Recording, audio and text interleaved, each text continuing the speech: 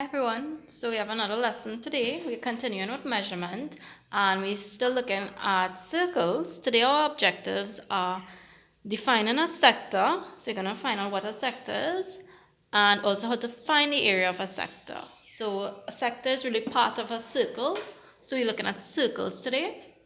So what exactly is a sector?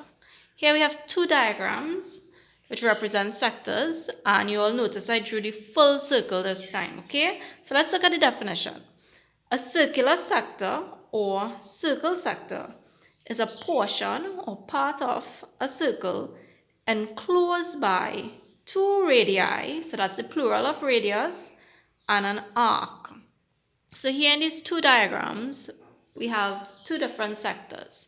Now, as the definition said, it is a region enclosed by two radii and an arc. Remember, an arc is part of your circumference. So in our first diagram here, this curved line from there to there, that represents an arc.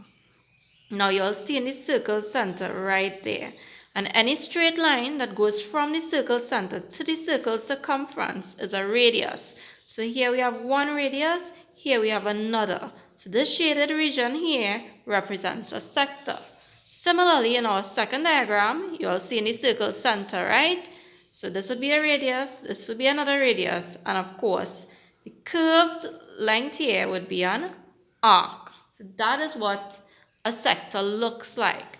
Now, just to be clear, here we have another diagram. This here, let me just shade it, represents what we call a segment, and it is not a sector. Remember, a sector has to be enclosed by two radii. Look at where the circle center is. So the line here that encloses this part of the circle is not two radii, even though this is an arc above here. So remember, to identify a sector, look for your circle center, look for your two radii, look for your arc.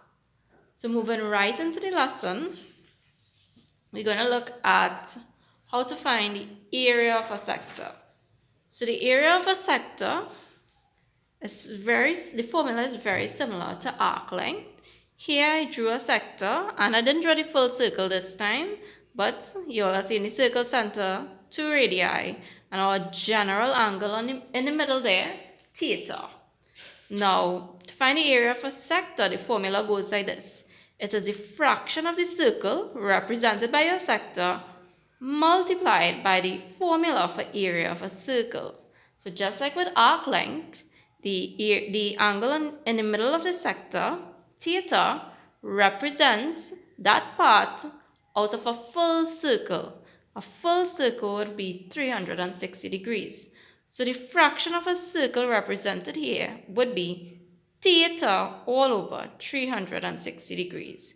We take this fraction and multiply it by the formula for area of a circle, which is pi r squared. R, of course, being your radius. Now, this would all make sense once we look at an example. So we have our example here.